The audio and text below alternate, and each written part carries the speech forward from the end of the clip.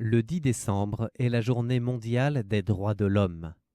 Le ministère de la Culture a invité les victimes de la Terreur blanche et leurs familles à un banquet de commémoration à cette occasion.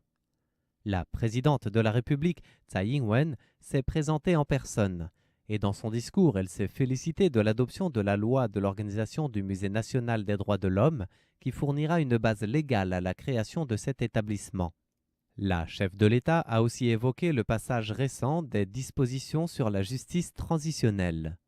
Tsai Ing-wen a, par ailleurs, tenté de dissiper les doutes concernant l'éventuel changement des appellations de lieux publics comprenant le nom de Chiang Kai-shek.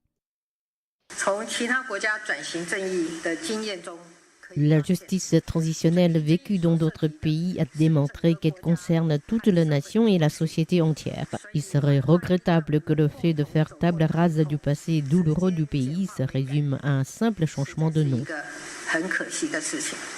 Selon la présidente, la justice transitionnelle est un travail de réconciliation qui consiste à rendre la vérité, réhabiliter les victimes et rétablir la compréhension mutuelle.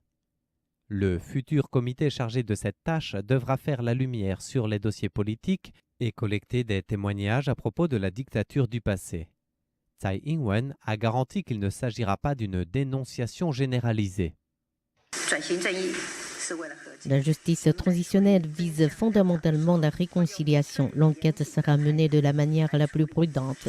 La justice transitionnelle ne consiste pas à généraliser les coupables responsables. Une telle manière inappropriée ne pourrait jamais réaliser la réconciliation. Très sincèrement, je souhaite que le futur comité de la justice transitionnelle puisse créer un climat de réconciliation favorable au dialogue. Plusieurs personnalités ayant contribué au secours des victimes de la Terreur blanche ont été invitées à ce banquet. Parmi elles figuraient Linda Arrigo, Gerrit van der Wies et Wadarida Masarilo.